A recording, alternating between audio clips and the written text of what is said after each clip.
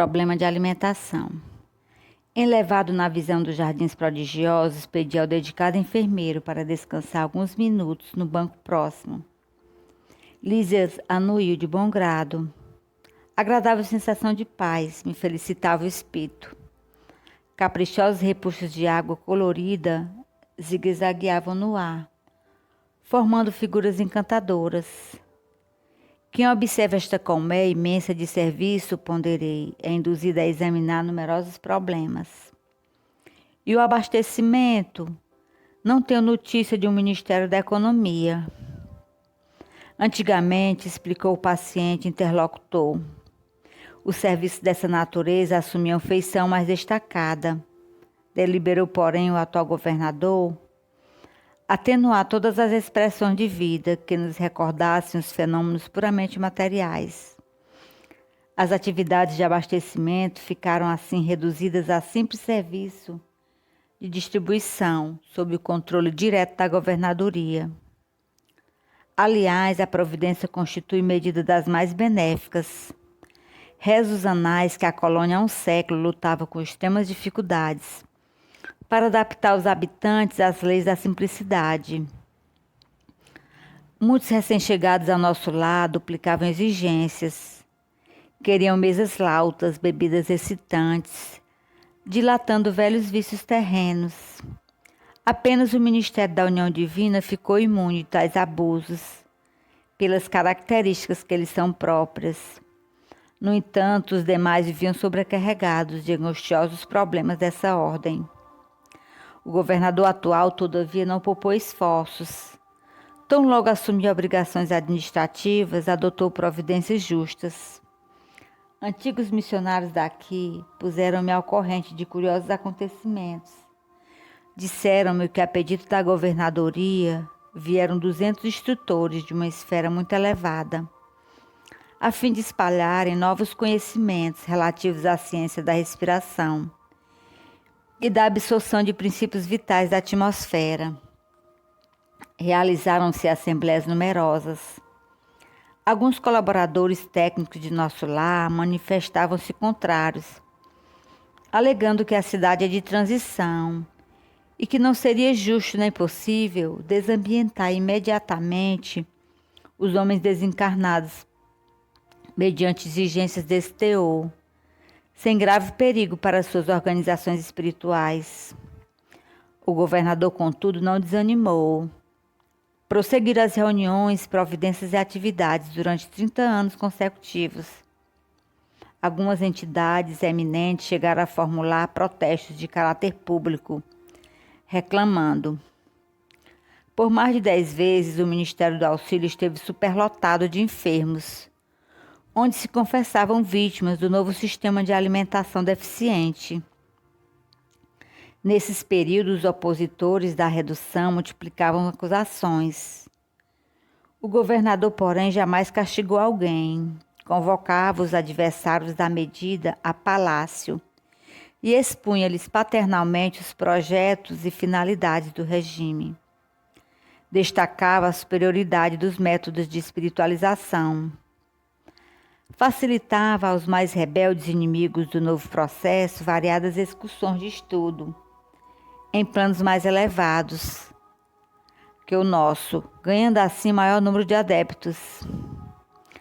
Ante pausa mais longa, reclamei interessado. Continue, por favor, meu caro Lísias. Como terminou a luta edificante? Depois de 21 anos de perseverantes demonstrações por parte da governadoria, aderiu o Ministério da Elevação, passando a abastecer-se apenas do indispensável. O mesmo não aconteceu com o Ministério do Esclarecimento, que demorou muito a assumir compromisso, em vista dos numerosos espíritos dedicados às ciências matemáticas que ali trabalham. Eram eles os mais teimosos adversários, mecanizados nos processos de proteínas e carboidratos, imprescindíveis aos veículos físicos, não cediam terreno nas concepções correspondentes daqui. Semanalmente enviava ao governador longas observações e advertências, repletas de análises e numerações, atingindo por vezes a imprudência. O velho governante, contudo, nunca agiu por si só. Requisitou a assistência de nobres mentores que nos orientam através do Ministério da União Divina e jamais deixou o menor boletim de esclarecimento sem exame minucioso. Enquanto argumentavam os cientistas e a governadoria contemporizava, formaram-se perigosos distúrbios no antigo Departamento de Regeneração, hoje transformado em ministério. Encorajados pela rebeldia dos cooperadores do esclarecimento, os espíritos menos elevados que ali se recolhiam entregaram-se a condenáveis manifestações.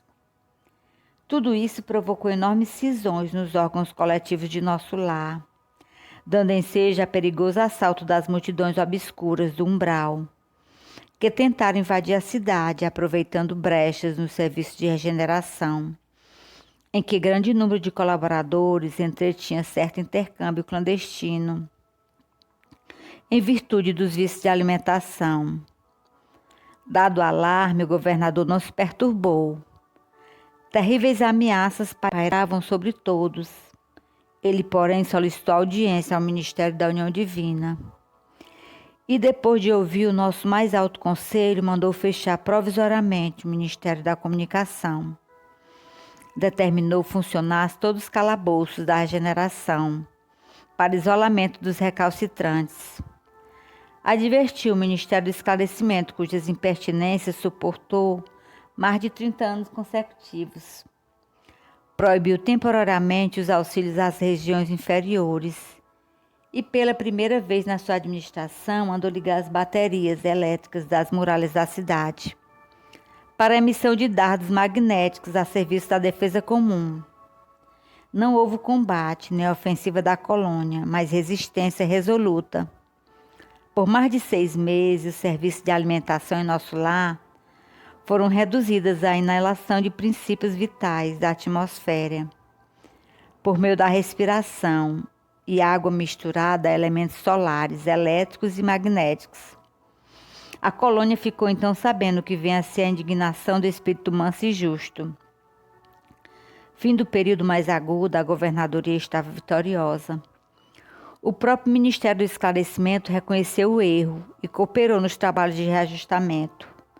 Houve então regozijo público e dizem que, em meio da alegria geral, o governador chorou sensibilizado, declarando que a compreensão geral constituía o verdadeiro prêmio ao seu coração.